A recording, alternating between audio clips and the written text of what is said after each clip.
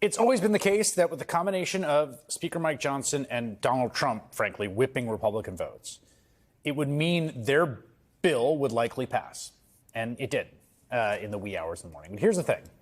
Republican House members, including those in swing districts, have now publicly committed themselves to this sort of overflowing basket of genuinely, horrifically unpopular positions. Even more tax cuts for the rich, including folks with $25 million estates they're inheriting. They're going to kick 14 million people off Medicaid and trigger $500 billion in cuts to Medicare, not to mention what's going to happen to interest rates like mortgages and credit card rates. So it's out of the House now, and it goes to the Senate, where they will do their own thing with this bill. The question now is what Democrats in the Senate and what interest groups and citizens can do to slow it down, publicize all the nasty bits in the bill, and make Republicans sweat. Senator Ed Markey, Democrat of Massachusetts, joins me now. Senator, you're the veteran of a bunch of legislative fights on both the minority and majority side. Been on the wrong side of some, been on the right side of some. This got out of the House. A bunch of Senate Republicans already saying, look, the House bill's DOA. We're going to do our own thing here. What's your read on the strategy here, the leverage point Senate Democrats have to slow this down and to let the American people know what's in this legislation? Well, of course, in the House, they eviscerated our clean energy future. They took the IRA, the bill from 2022 that has unleashed a clean energy revolution in our country, and they have, for all intents and purposes, killed it. But unfortunately for senators from red states, they're going to have to deal with the fact that $642 billion, 75% of all of the money from the IRA has gone to red states, and only $182 billion, 25%, to blue states. So the jobs by hundreds of thousands are being created in red states. And so if you're a red state governor or mayor, you're going to have a senator who is going to be looking very closely at the harm that they're going to inflict upon their major city or upon the long-term economic growth in their state. This is basically jobs of the future, careers of the future that are opening up on vast numbers all across red states. And it's going to be very difficult, I think, for some of these Republican senators to be able to easily vote for this bill. But the same thing will be true for the cuts to Medicaid. 50% of all children in the United States are on Medicaid. It's going to be an incredibly difficult thing, I think, for some of the senators to be able to say cavalierly, I'm cutting out our clean energy future.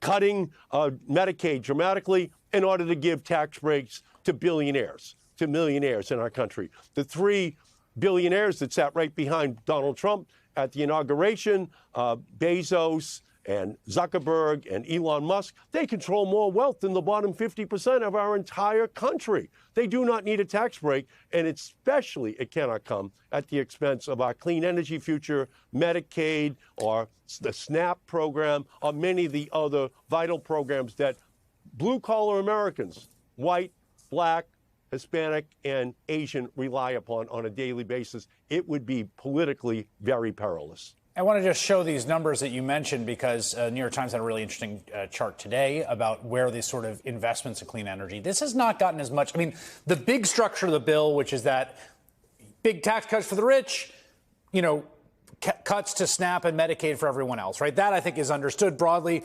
What they're trying to do, the IRA, is really gut it. And here's the sort of top line numbers, just to be clear. $642 billion in Republican House districts, only 187 in Democratic House districts. Now, here's what I would say to you, and I am curious whether you think the math is different.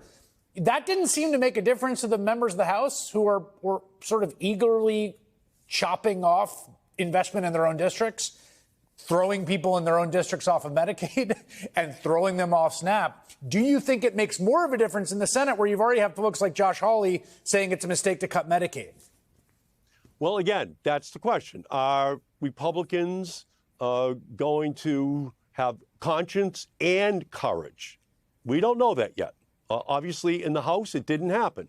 But I think in the Senate, if we can make the case very strongly that it's not only bad for the economies of their home states, but it's also bad for the politics of 2026, where people can lose their seats if they engage in such reckless political behavior. So that's going to be our challenge, and we have to engage our Republican colleagues, let them know about all of the benefits that can accrue to their home states, and especially in this clean energy sector where it's pretty obvious that 3/4 of the benefits are flowing to red states. And again, it is something that is a reflection of the dramatic change that happened in our country even last year, where 94% of all new installed electrical generation capacity in our country was wind, solar, and batteries.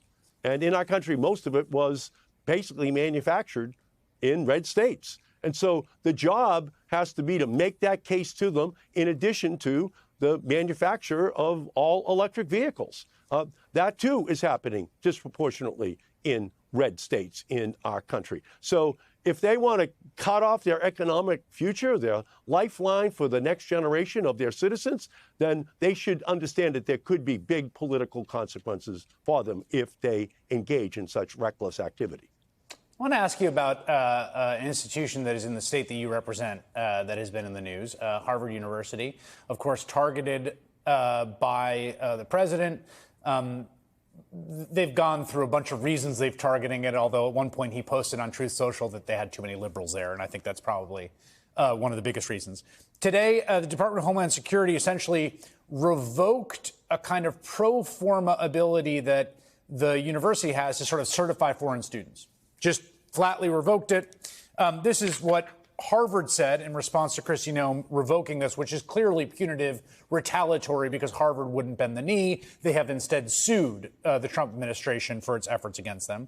The government's actions unlawful. We are fully committed to maintaining our ability to host international students and scholars who hail from more than 140 countries and enrich the university and this nation immeasurably. This retaliatory action threatens serious harm to Harvard community and our country, undermines Harvard academic research mission. And I should say that Kristi Noem gave an interview today basically saying every other university is on notice.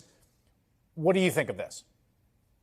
Well, again, this is authoritarianism on steroids. This is an attempt to intimidate universities across our nation. They began at Harvard by saying that they were going to strip away the research grants for Alzheimer's and cancer and diabetes and all of the other diseases that run through the genetic code of Americans and those across the planet, where Harvard was at the cutting edge. And now they've gone a step further and say, no, we're going to keep out all of your international students, which, by the way, is about 1/3 of the student body. So this is all a part of the authoritarian playbook that Trump has been seeking to execute right from January 20th on. The problem that he has and that he's been running into all along is that we do have a United States Constitution that in the Fifth Amendment requires due process with regard to any charge which is brought against any individual or institution. We actually have immigration laws in terms of the protection of international students as well. And by the way, these students do have First Amendment rights of free speech, which they are also seeking to circumscribe. So all of those are going to be protections which ultimately will result in Harvard winning this case, but it's really meant to send a chilling effect to academic institutions all across this country, and that's why we have to fight every single day against this dictator who is seeking to corrupt the very foundation of our constitutional government.